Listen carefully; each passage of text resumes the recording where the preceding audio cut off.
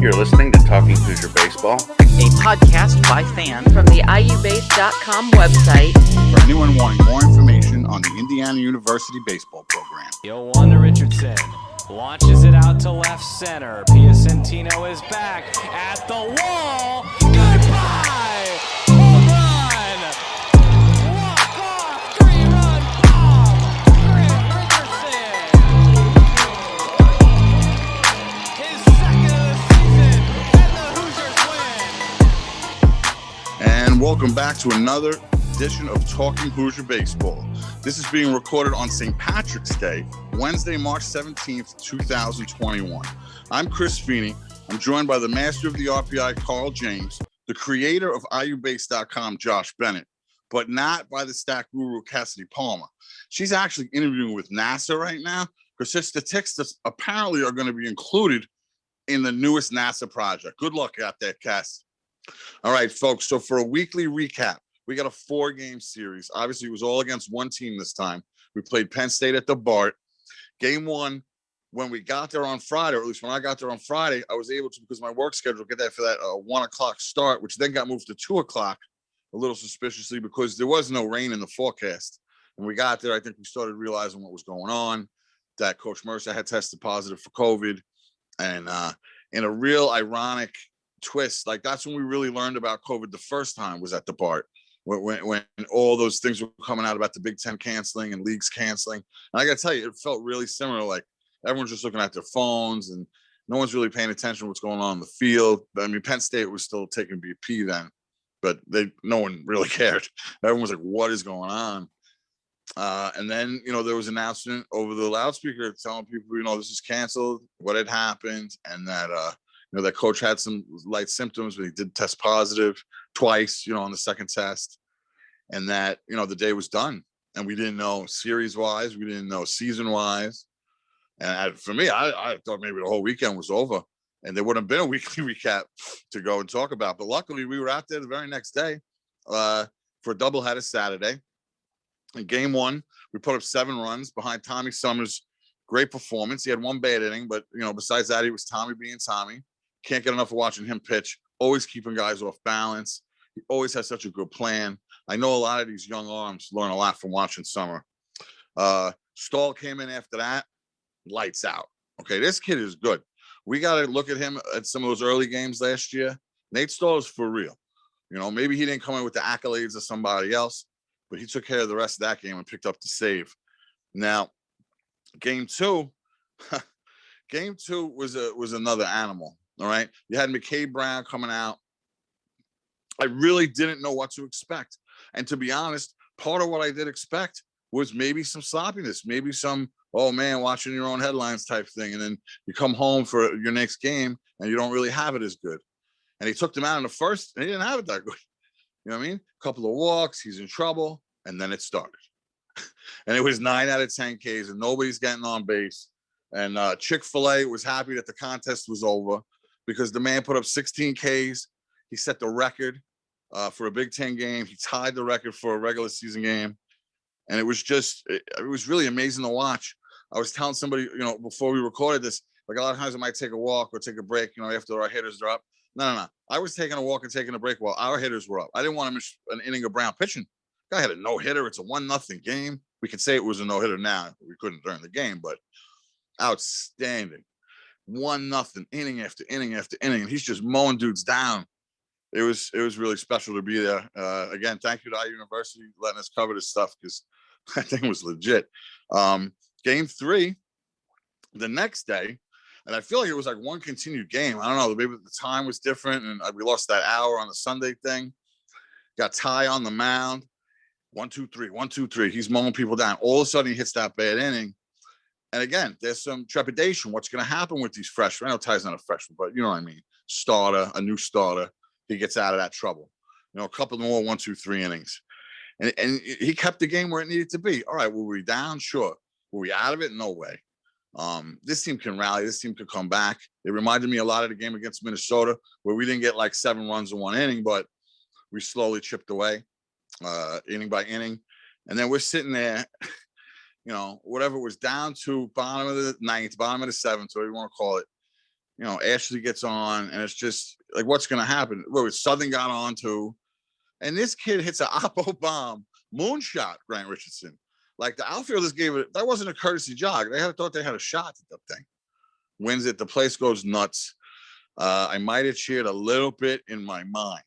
Okay, not as a media member, of course, but I might have cheered a little in that moment. So you got those two back-to-back games were like no joke between McCade Brown and Grant Richardson. Game 4, you had Gabe Bierman, right? The highlight of the weekend was watching Gabe Bierman, in the past. And here's like, and you get Bierman to start the next game. We are so loaded. He had a quality start, you know what I'm saying? Close game all the way through.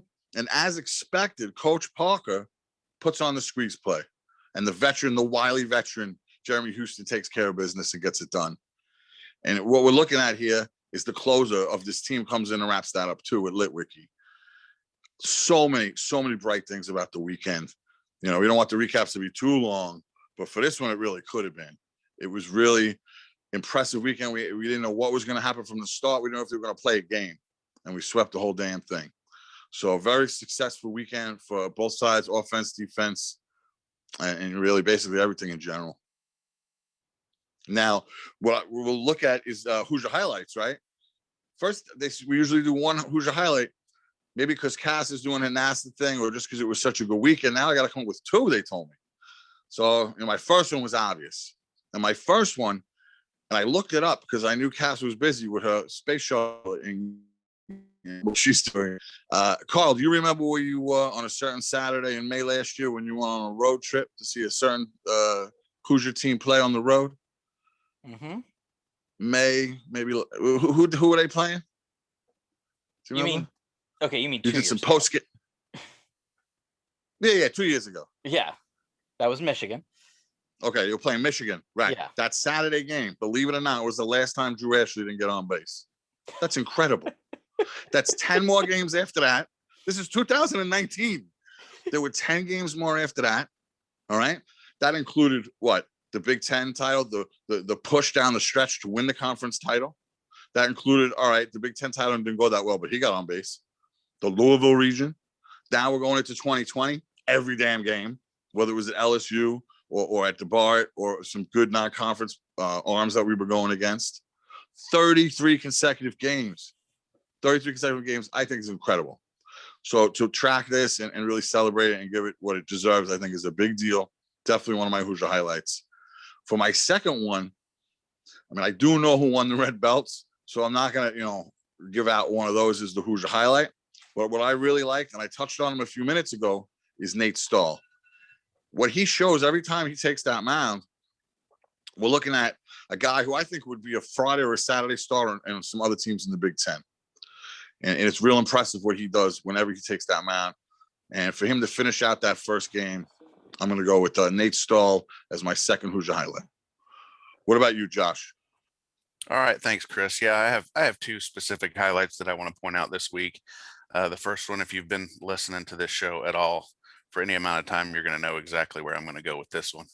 It's going to be the 7th inning of Game 4, a 1-1 game, and Herbisky, the starter, was absolutely cruising. Didn't have much, couldn't do much with him. Started out the inning with a strikeout, and then Mercer came up and hustled down the line and beat out an infield hit. Then Hunter Jesse came up with a big pinch hit single to put it at first and third, and that knocked Herbisky out of the game. So Jeremy coming up, first and third, 1-1 game, getting late, 1 out, just the perfect scenario for the squeeze bunt.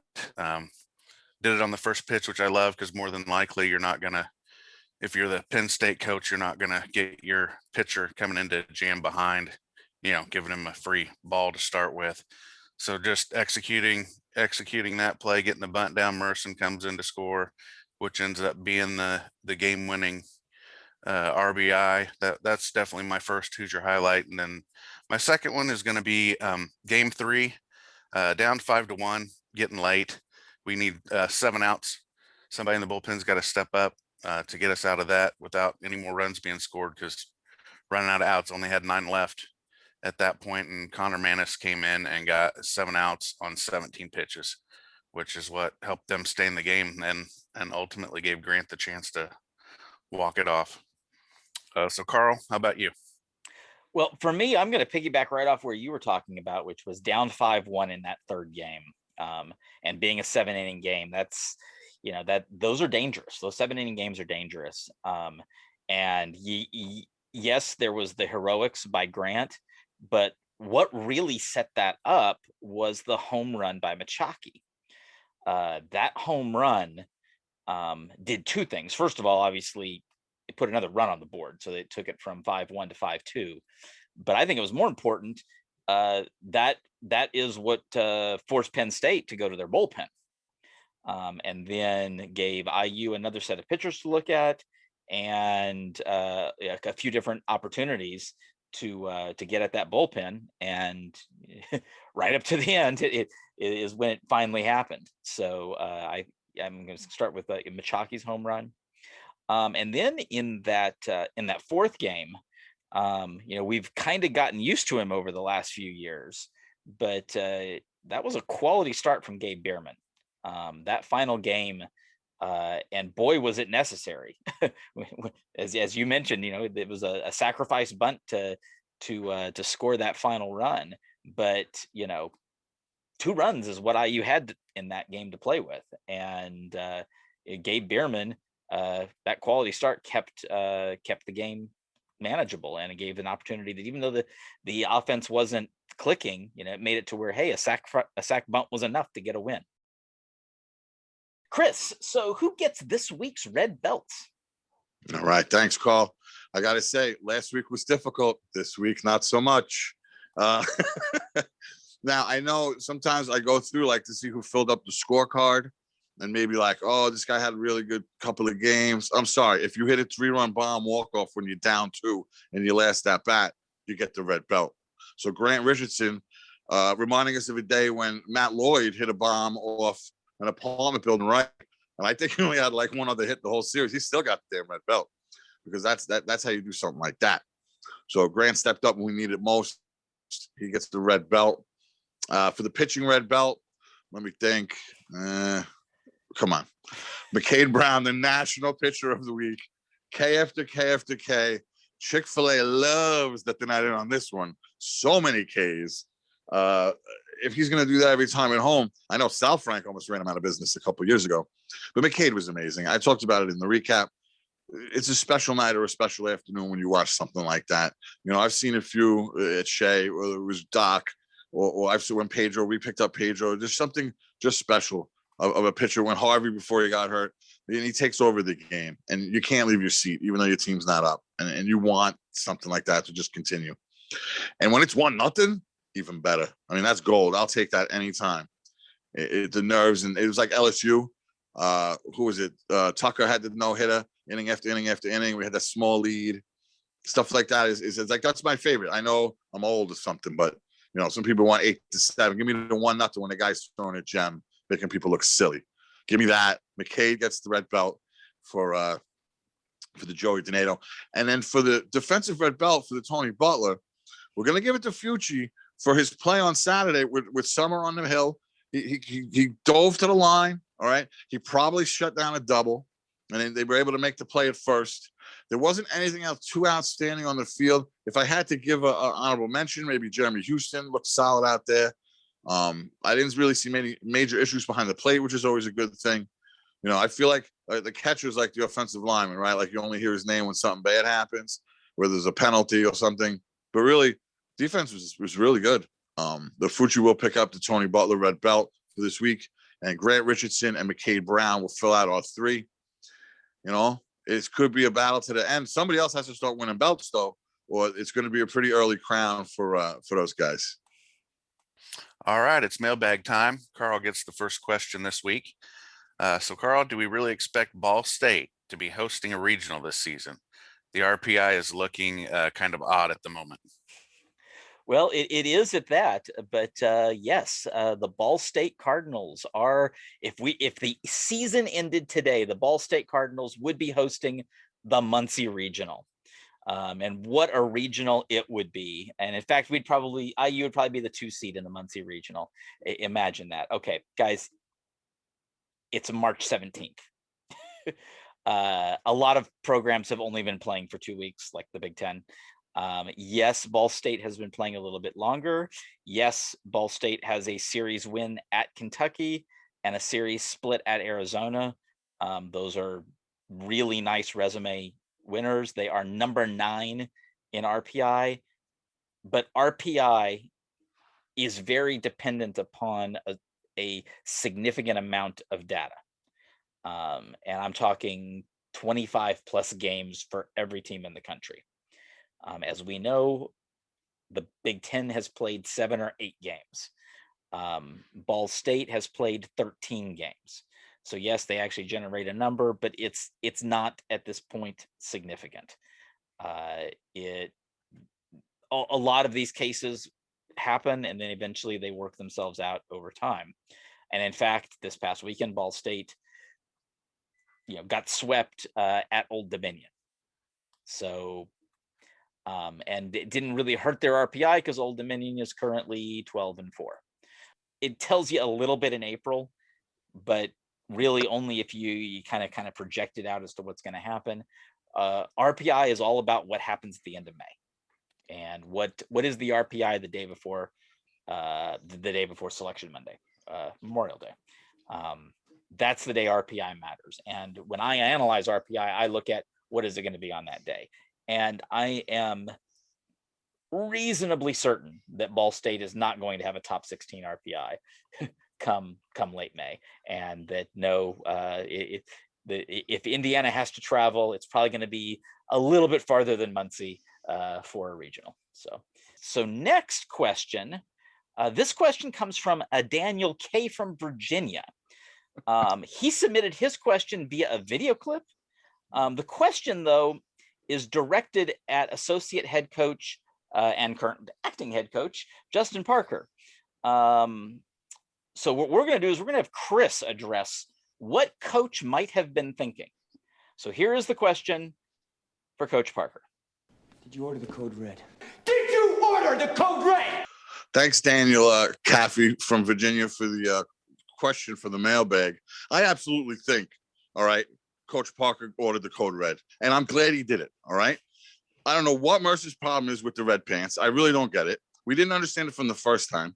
Then he doesn't let them wear them, and the whole season gets canceled for COVID. We already brought that up last April Fool's Day. We know that they win, okay? They win, and they win at the BART, and they win, Mercer, okay? Parker, hell of a job calling the code red, all right? We understand why you had to do it. The man wasn't there. You saw your opportunity, and you took it, and I like it. Good work, Coach Parker. Do it again if you have to. And speaking of fans of the Sunday Reds, I know Cassidy Palmer is a huge fan. Why? Because we win in them. And the statistics prove that out all the time. So I know Cass is a big fan of the Sunday Reds. So it's a perfect segue into her statistics segment. Cass, what do you got for us? Thanks for tossing it over to me here in Florida for a nice little stats update. Now, we've seen a lot about the IU pitching numbers and how absolutely ridiculous they've been so far this season, and I'd be remiss not to mention those. Currently, the Hoosiers are 4th nationally in earned run average, and they sit 2nd in hits per 9 and WHIP, walks and hits per innings pitched. But I should also note that the team in front of them has only played 1 game, so that, yeah. And they are actually 1st in runs allowed per game. That's always great to see high up on the national rankings, but digging a little deeper, the Hoosier pitching staff is still averaging about 11 strikeouts per game, which is still way above the normal pace for IU, and they're striking out about 1 batter an inning, little bit over, and so that's also very good to see. Going with that, and also just as important, they're giving up less than a walk every other inning. It's actually closer to a walk every 3rd inning. Again, with those high strikeout numbers, we love seeing the low walk numbers as well. Specifically on the weekend, the pitching staff gave up just over 3 hits a game. no team is going to be able to score much on 3 hits a game, especially when we're not walking guys, like I mentioned before. And to follow up on my note from last week about 50% of the hits going for extra bases, on the weekend it was down to about 30%, which is a much more manageable number. Usually those stabilize in the 20s, maybe up to 30%. Is where those tend to stabilize. So it's nice seeing water find its level even just a couple of weeks in. Now on the offensive side, while we know the pitching has been the story so far, they have been phenomenal.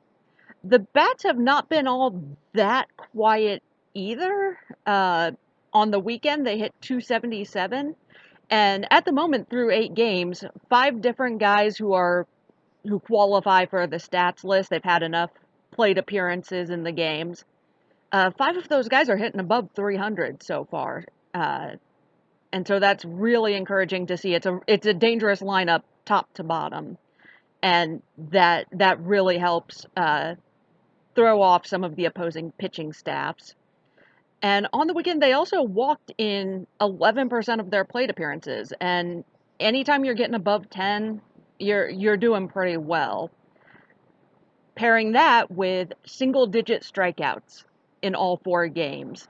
We heard this story over the last few years. Strikeouts, strikeouts, strikeouts. I remember a particularly painful Tennessee series pretty recently.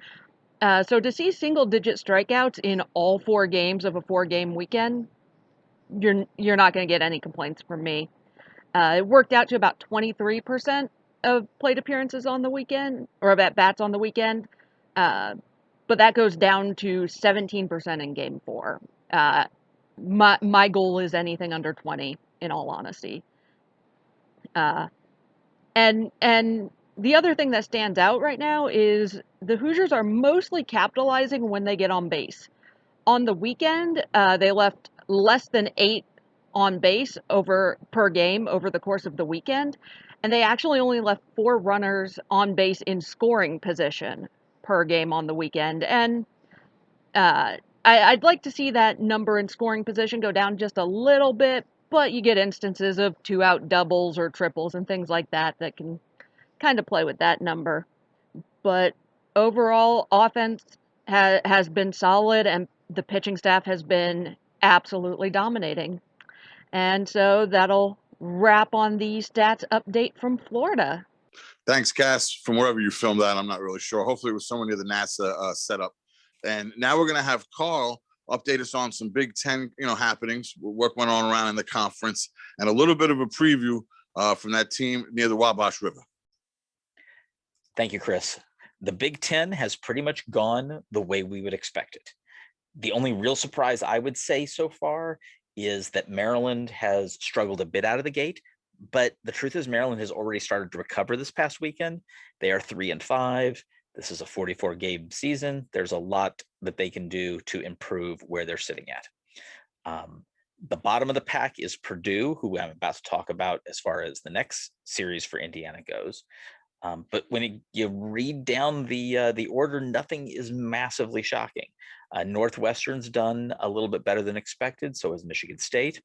But then again, there's a lot of questions about these teams, both in opportunity and concerns. So we're just going to have to watch the season play out. What's nice is every Big Ten team is going to play every other Big Ten team, barring any COVID issues or weather issues. But for the most part, everyone's scheduled. It's going to be 44 games. We're going to see everybody and should get a true champion out of it. Purdue is up next for the Hoosiers. Purdue has struggled. They are 1-7. Their one win was the first game of the season against Nebraska, and then they dropped 3 straight from Nebraska, and then dropped 4 with Michigan. Michigan is a nationally ranked team. There's really nothing to be embarrassed about for Purdue from having lost that series. There is a concern to some degree that 3 of those total losses that Purdue has had so far have been shutouts. And also that half of their losses have included giving up 9+ runs.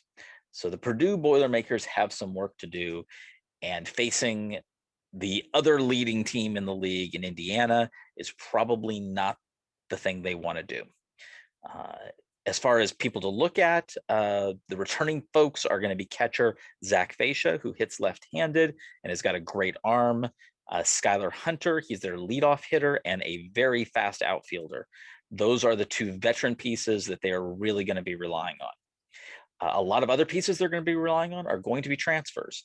They've got a couple of pitchers that are JUCO transfers that are expected to be a big deal, and that is Shapira and Starnes. They also have Nolan Daniels, who is projected to be the closer.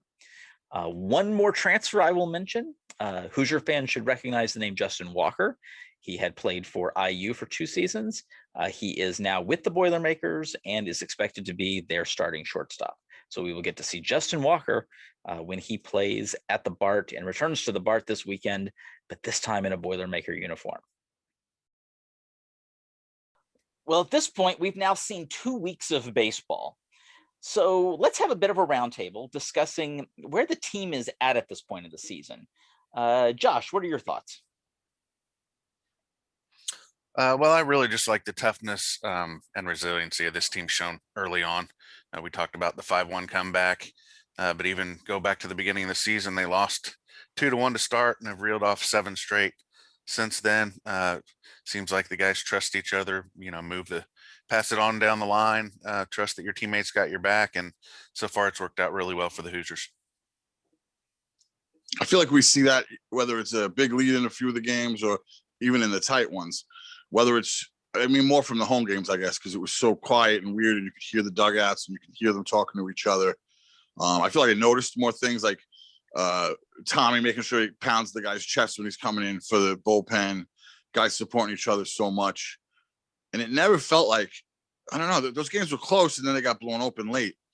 But really, it was the same buzz throughout. There was never like a lull from the dugout. Like, it would only got more wild and more much energy from them. And these are against teams, no offense to them, but like we're not playing the excellent teams yet where they might only get jacked up for the big names. Like, I think this time off has really led to these guys just being so pumped to put the uniform on. Mm-hmm. That is the case, but then again, boy, these are conference games. It is so weird that we're opening right it up into the conference game. Each one of these count towards the standings in a season in which you may have to win the conference to play in June. Yeah, to your point on that, Carl, them all being conference games, I think that'll help the good teams in the conference. We've seen in the past, it's hard for some guys to get up for the midweek games against whoever the smaller schools are. So having these 4-game sets on the weekend and, not having those games to maybe hurt you, I think that'll help because our guys will be up for all these. And so I think, you're not going to have that experimentation sometimes that you might have in the midweek games. So yeah, I think that's going to be playing to our strengths this year. It did seem like sometimes we would be with a whole nother mindset on the midweek, right? Whether it was using the bullpen or a whole completely different lineup coming out there. One thing that seemed pretty consistent, I don't have it in front of me, but what has there been 8 games? Those 8 starting lineups have been pretty similar. Mm-hmm. Minus 1 or 2 guys, and who knows what those decisions were about. But he's just rolling these guys back out there. Yeah, it's this bench guys just aren't going to have a shot. For now, this is one of those seasons where it's going to be like that. The roster's stacked. Can't really afford a 2-game losing streak, or not too many of them. But the good news is, hey, Brennan Rowe was ready. When his number got called, when Cole had that rough slide, he got his name called and he delivered. So hopefully, we're going to see that from all the guys that are on the bench that, hey, there's a chance their number is going to get called. And if they come in, it's very possible we don't win that game without the performance he had. So yeah, 2 hits and great defense down at third. Mm-hmm. And even I think some of the pitchers are going to have to take it on the sleeve this year. Some of the young arms, because how many times are they going to take the field, right? On a regular season, not too many freshmen get in. Now you have this stacked pen and stacked starting lineup, starting rotation. A lot of these freshman arms aren't just going to get a chance.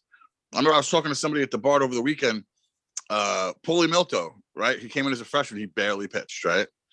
He is the second leading strikeout leader in the career Ks for IU baseball. Yep. So you just never know. So, and if you come to a program and you could start as a freshman on the weekend, what kind of program did you come to anyway? Right? You want to be able to earn your stripes that freshman year and move up. But I really don't know how much time these young guys are going to get out there. This team is really loaded. Well, I mean, who would have thought that we'd have a 4-game series and we wouldn't see Braden Scott? It's a perfect example, man. That dude was the killer last year. He was like a hitman. Yeah. He doesn't get to pitch. Yeah, I mean, he warmed up at one point, but it was the guy who was out there was taking care of business. So yeah, I'm not going to complain. 15 runs in 8 games, 2.01 ERA, and a 127 batting average against. I mean, hey, somebody's going to have to make a major slip up for some of the other guys to get in, but that's a good problem to have. And those guys are going to sit back and learn from that. And like you mentioned, Paulie, hey, pay your dues. They'll get their shot. That's a good problem to have. The structure of the games is also kind of determines how a lot of this goes. Remember, 2 of the games this past weekend were 7-inning games. That's a new animal for IU to deal with. And I think they may have to really take a good look at that. As far as, I would think you might want to even consider going ahead and having a guy like McCade Brown maybe pitch the 7-inning game if you have one in a week, simply from the factor that you don't have a lot of time to make up. And this team does tend to hit a little bit better off of bullpens and has a good ability to run guys. And maybe that's a scenario in which you want one of your primary guys to pitch one of those shorter games. And that's just one of those things you got to learn as the season progresses, because this is new. That's not what we're going to be seeing this coming week, but those will all be 9-inning games, unless weather or something delayed a game and caused a doubleheader. So weather looks good. Yeah, weather looks good for Bloomington for the weekend. Highs of 50, 57, 64. All suns in the boxes. No clouds even. All right, so that'll wrap it up for this edition of Talking Hoosier Baseball. Thanks for listening or watching, or wherever you take us in. You can read us up on Indiana Baseball at iubase.com. We can give you some information on Twitter. That's See You at the Bart, or at iubase17. During games, you can check out at iubase17. We do the best you can to give you some information. We're lucky enough to be there. I understand it's a privilege. We take it seriously. We really want to try to get some information out there that maybe you're not going to get somewhere else. Absolutely. We know it's a privilege. I don't want to take it for granted whatsoever. You can also follow us on YouTube, on the Talking Hoosier Baseball YouTube channel. We put game clips, game day media, availabilities, whatever we got, we're going to put it out there. Trust me. So for Carl James, Josh Bennett, Cassidy Palmer, I'm Chris Feeney, and we'll see you at the bar when we can.